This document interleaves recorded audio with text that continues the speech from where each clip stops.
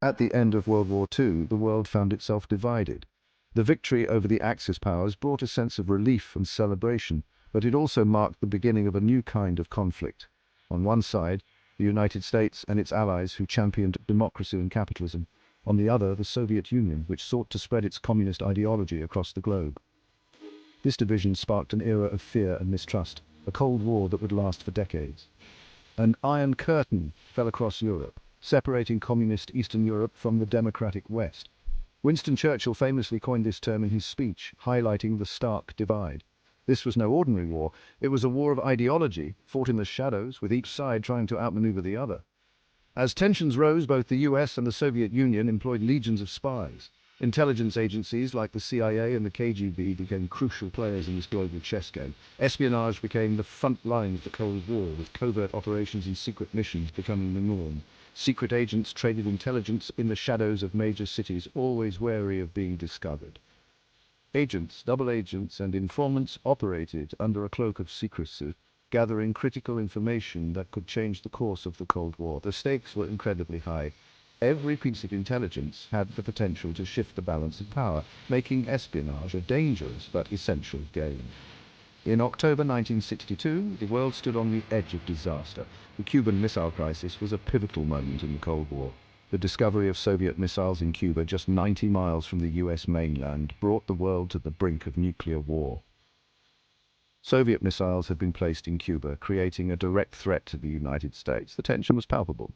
For 13 tense days, the world held its breath as the two superpowers negotiated over the fate of the world. The outcome was uncertain, and the stakes could not have been higher. The threat of nuclear annihilation hung over every decision. Leaders on both sides knew that one wrong move could lead to catastrophic consequences.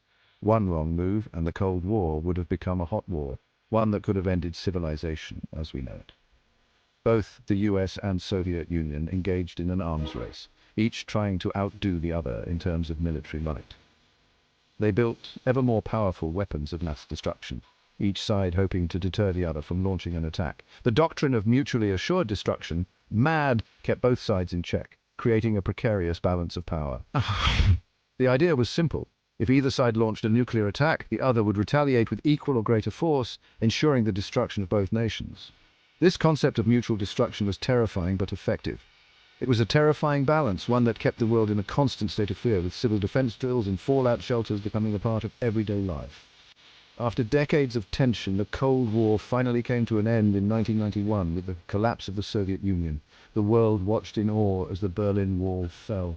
The disbanding of the Soviet Union marked the end of an era, and leaders like Mikhail Gorbachev played a crucial role in this transition.